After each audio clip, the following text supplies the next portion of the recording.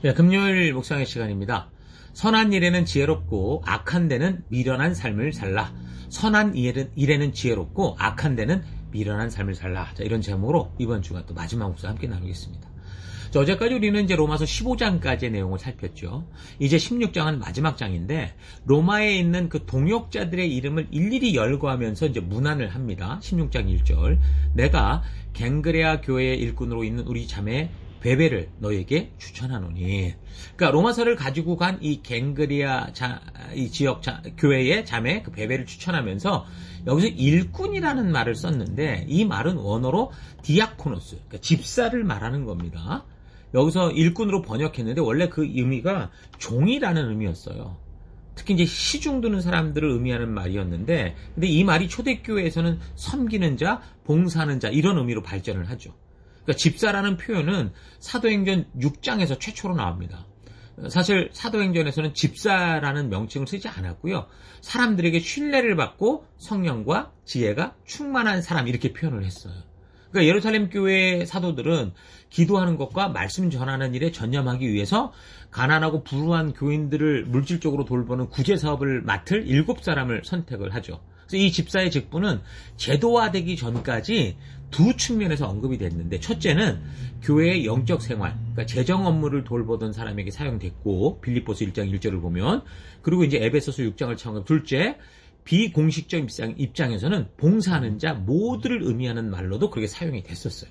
이처럼 집사는 군림하는 자가 아니고 돌보고 섬기는 일에 자기를 먼저 희생하는 사람인 거죠. 그러니까 요즘 집사라는 이 직분은 교회를 어느 정도 다니고 뭐 나이가 되면 주는 이런 어떤 교회 안에서의 명칭, 어떤 그런 계급이 아니고요. 주님의 몸된 교회를 바르게 성장하는 길로 인도하는 사명을 성실하게 감당하는 일꾼, 종된 역할을 하는 사람입니다. 그래서 우리 교회는 그렇게 집사라는 말보다는 리더라는 말을 셀리더라고 이런 얘기를 하는 거죠. 무엇보다 그래서 초대교회에서 뽑힌 7이 집사들의 경우를 보면 이 사람들이 교회 행정적인 일도 맡았지만 그런 얘기보다 성경에는 스데반 집사처럼 복음을 전하다 죽는 기록, 빌립처럼 사마리아 지역을 전도하는 기록, 에디오피아 네이시를 전도하기도 하고 이런 기록들이 많은 걸 볼 수 있어요. 그런 걸 볼 때 무엇보다 교회가 존재하는 이유, 이거는 예수의 그리스도 되심을 선포하는 목적을 위해서 예수의 이름으로 구원된 백성들을 건강한 사역자가 되게 하기까지 부모와 같은 마음을 가지고 한 교회된 영혼을 소중히 여기며 그 어린 영혼들이 영적인 가정 안에서 성장해서 성숙한, 그러니까 자기와 같은 동역자로 세워가는 사람, 그 영혼을 책임지는 사람, 증인된 사람, 하나님의 가족의 가장과 같은 영적인 부모의 마음을 가진 사람이다. 그렇게 할 수 있는 거죠. 그래서 우리 교회에서는 이런 성경적 의미를 가진 사람을 집사가 아니라 조금 전에 말한 것처럼 셀 리더라고 이렇게 리더라고 부르고 있는 겁니다. 그러니까 어떻게 부르냐라는 명칭이 중요한 게 아니고 성경적으로 지금 말씀하고 있는 부름받은 자, 이 디아도코스라고 하는 이 종된 개념, 이 존재의 이유를 우리가 어떻게 감당하느냐, 이게 중요하다라는 겁니다. 자, 그래서 16장 3절, 너희는 그리스도 예수 안에서 나의 동역자들인 브리스가와 아굴라에게 문안하라.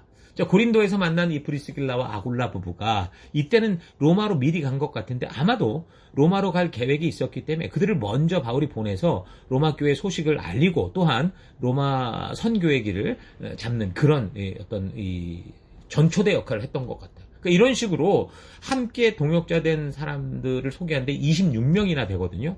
자, 이렇게 보면 바울이 전도를 통해 만난 많은 사람들이 이미 로마로 가 있는 걸 볼 수 있죠.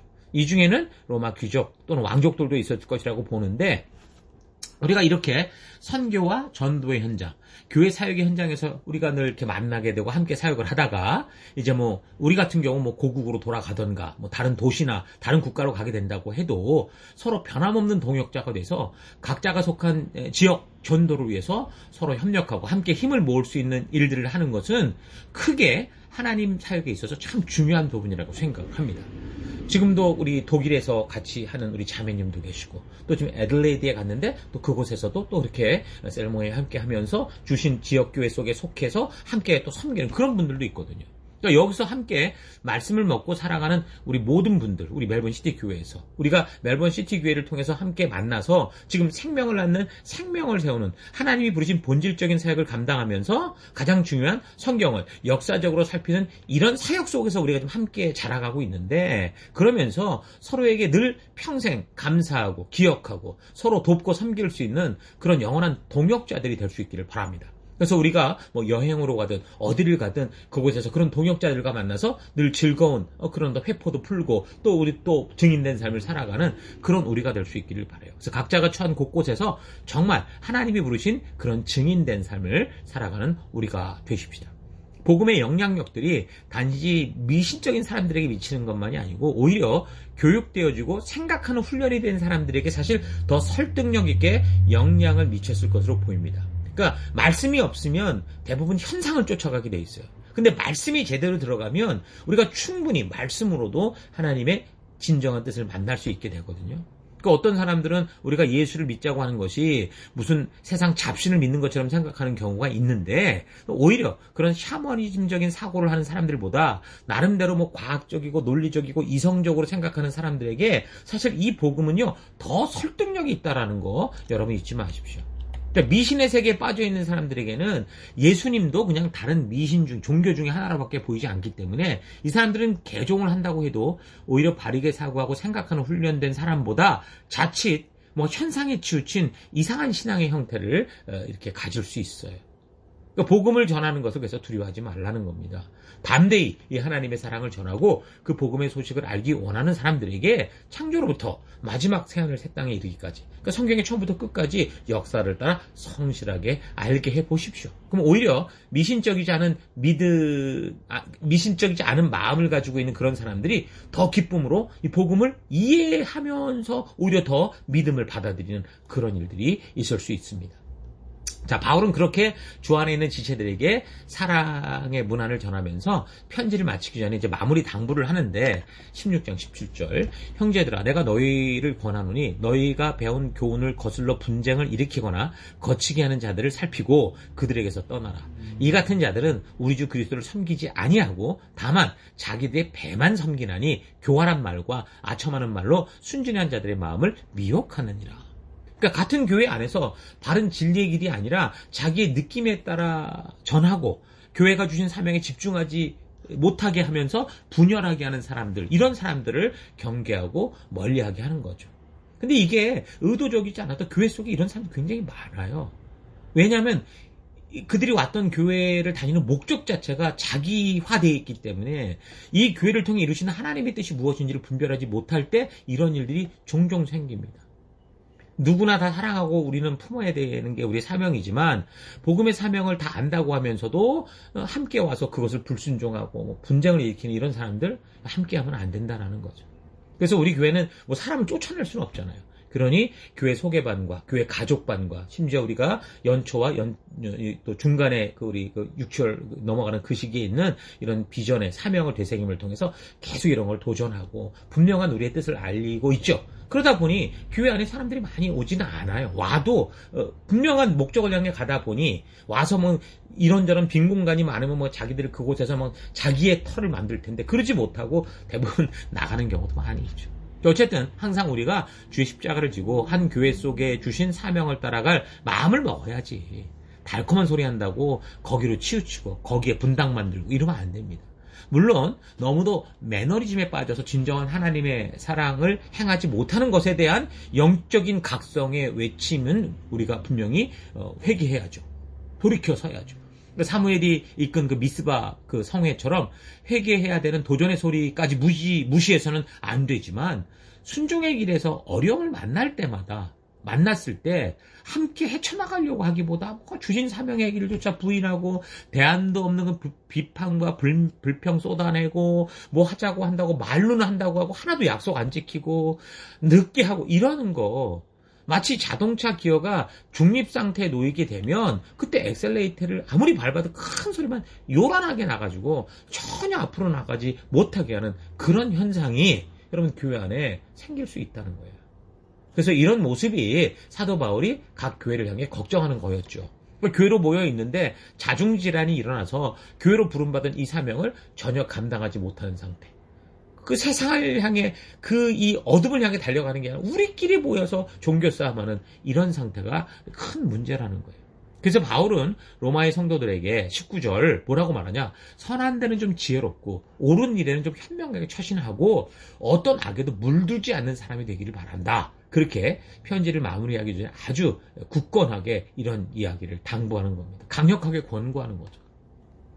이 교회 안에서 먼저 사명의 부름을 받고 달려가는 그런 사람들이 우리에게 주신 이 사명의 현장을 굳건한 마음과 하나 되고자 하는 의지를 가지고 나가야 되는데 때로 스스로 매너리즘에 빠지거나 자신의 감정과 느낌으로 만족함을 느끼지 못할 때, 다시 말해서 자신의 불편함 때문에 그것이 성격과 기질로 인한 것이든 어디를 가나 잘못 살아온 부정적인 습관에 의한 것이든 상처 때문이든 결국 선한 마음을 가지고 달려가고자 하는 그 사람들의 마음을 절망케 하고 멘붕에 빠지게 하고, 왜 같이 가면 되는데 불평하고 뭐 다 이거저거 쉽게 말하면 깽판 치는 거죠.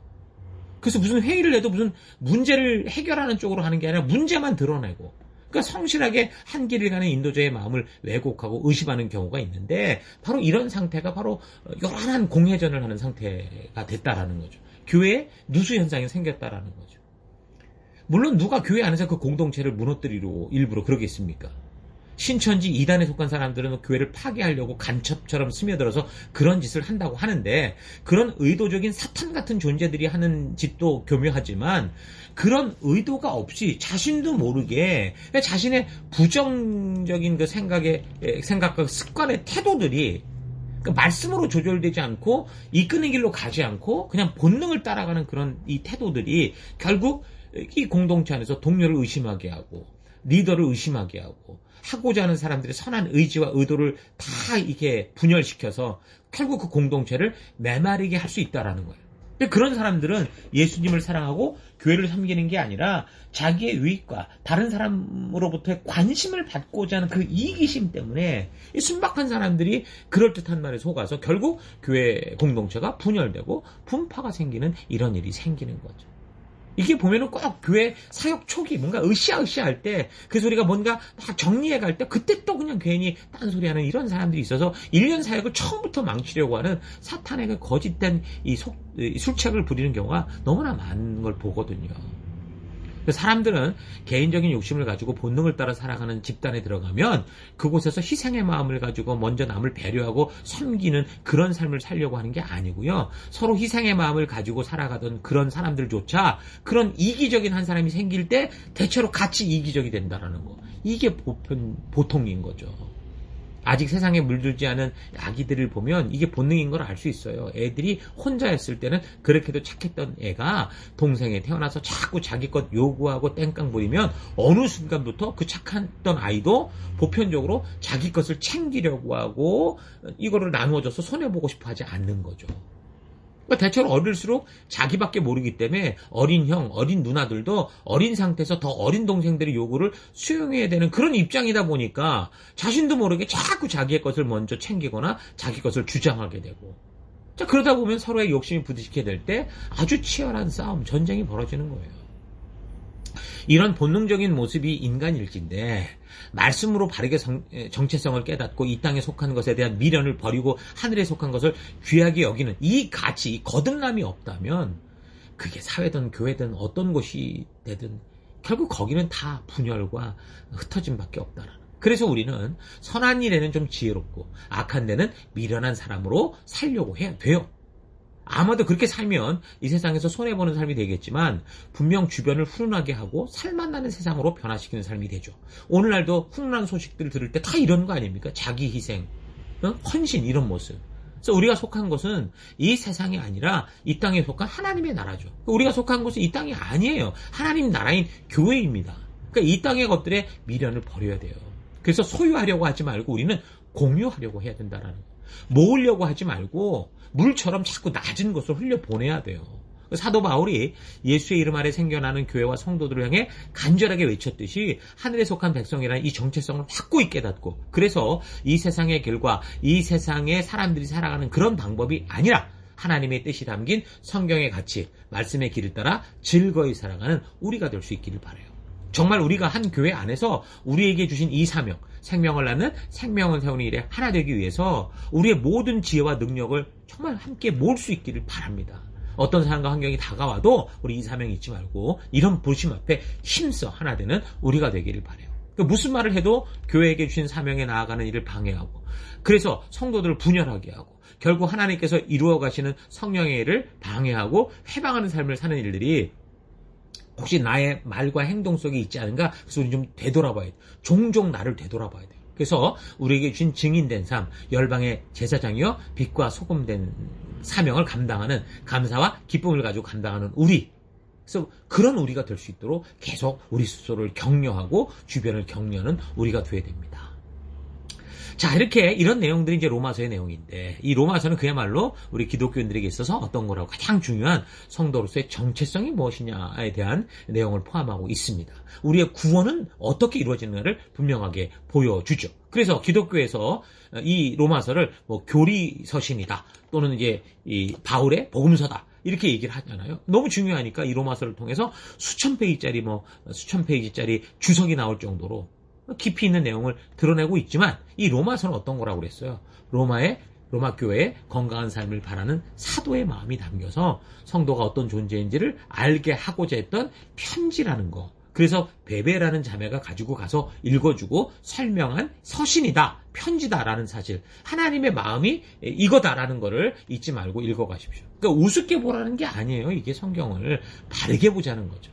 그래서 편지를 보낸 목적과 역사적인 정황들을 통해서 우리가 바르게 이 성경의 서신서, 이 편지에 접근할 수 있다면 우리는 이 말씀 안에서 하나님의 의도, 하나님의 진심을 분명히 알게 될 겁니다. 자, 그러니까 우리가 로마서를 읽을 때 너무 복잡하게 생각하지 마시고 역사적인 상황, 우리가 살폈던 이 목적들 잘 염두에 두고 말 그대로 그냥 읽어나가면 충분히 알 수 있는 내용이다라는 거 잊지 마시고 읽어가십시오. 혹시 이제 개역 성경으로 읽다가 이해하기 힘들면 현대어 성경, 쉬운 성경, 심지어 영어 성경을 보면 더 좋아요. 동시에 함께 읽어가면 충분히 이 내용을 우리가 충분히 습득할 수 있어요. 누군가 성경을 번역할 때 의도적으로 그 내용을 바꾸려고 조작하는 그런 성경만 아니라면 요즘 여러 버전으로 나와 있는 성경들을 읽어보면 비교도 되고 이게 다 돼가지고 오히려 이해하는 데 큰 도움을 받을 수 있을 겁니다. 자, 이렇게 우리 로마서를 이제 마치는데 다음 주에는 계속해서 우리 다시 사도행전 20장 3절로 돌아가서 계속되는 역사 묵상해 가도록 하십시다. 자, 그래서 오늘 하루 나의 삶은 말씀의 가치가 주도하는 삶인지, 아니면 나도 모르게 자꾸 본능을 따라가는 삶이 좀 차분히 되돌아봅시다. 누구나 일부러 본능을 따라 살고자 하지는 않겠지만 하나님의 말씀이 충분하게 나를 주도하고 있지 않다면 마치 우리가 운전할 때 한눈 팔면 사고 나는 것처럼 그런 본능을 따라가는 삶이 돼요. 세상은 자꾸 본능을 따라가고 부추기거든요. 그러니까 마음이 원하고 몸이 원하는 대로 살아가라고 그럽니다. 사실 마음이 원하고 몸이 원하는 대로 살아간다면 본능이 만족하기 때문에 좋다는 생각이 또 느낌도 들어요. 그러나 그렇게 본능을 만족시키는 삶은 나중에 꼭 후회하게 됩니다. 피눈물 흘리게 돼요. 그래서 말씀의 가치를 따라 살아가는 인내의 삶은 본능을 따라가는 삶보다 더욱 진정한 행복을 누릴 수 있도록 하나님께서 만드셨던 거죠. 그래서 하나님은 우리를 창조하신 분이십니다. 그래서 우리 자신보다 우리를 더 잘 아시죠. 우리를 만드셨으니까. 그래서 그 우리를 더 잘 아시는 하나님께서 우리가 어떤 존재이며 어떤 가치를 따라 살아갈 때 행복한지 그 계시를 통해 그 성경을 기록해 주신 거예요. 그래서 이 성경을 우리는 소중히 여겨야 된다라는 거. 그래서 모든 믿음이 이곳에서 시작되고 나온다는 거 잊지 마십시오. 바울이 로마로 가는 편지를 통해 전하고자 했던 성도의 정체성과 성도로서 살아갈 이 가치의 길을 따라서 여러분이 처한 모든 곳에서 하나님 나라 백성답게 살아가는 여러분들 되기를 주의 이름으로 축원합니다. 오늘 하루도 힘내십시오. 잠시 기도하겠습니다. 하나님, 우리가 하나님의 말씀을 따라 살아가고자 애쓰지 않으면 우리도 모르는 사이에 본능을 따라 살아갈 수밖에 없는 존재라는 것을 잊어버리고 세상에서 배운 학습으로 스스로를 교만하게 높이고 더 교묘한 죄악을 즐기며 살아왔던 것 회개합니다. 주님의 몸된 교회 안에서 불평하고 핑계대고 내가 살고자 하는 대로 나아가려고 고집 피우지 않고 힘써 주님의 말씀과 그 가치를 따라 하나 되어 어떤 난관과 어려움도 함께 이겨가고자 하는 삶 살기 원합니다. 하나님의 백성다운 가치를 만들어가는 삶이 결코 어려운 게 아니라 우리가 관심을 두지 않기에 그렇다는 사실을 잊지 말고 우리의 삶의 모든 부분에서 하나님의 가치를 만들어가는 우리가 될 수 있기를 원합니다. 그래서 우리가 모든 일에 있어서 선한 데는 지혜롭고 악한 데는 미련한 그런 삶을 살아서 하나님 우리가 살아가는 우리 삶의 곳곳에서 우리의 본능과 우리의 거짓됨을 잘 드러내고 그래서 우리가 말씀으로 이것을 잘 모니터링하고 말씀의 가치를 따라 살아내는 우리가 되기를 원합니다. 그 길로 우리를 이끌어 주시고 인도하신 하나님 감사드리고 예수님 이름으로 기도했습니다. 아멘.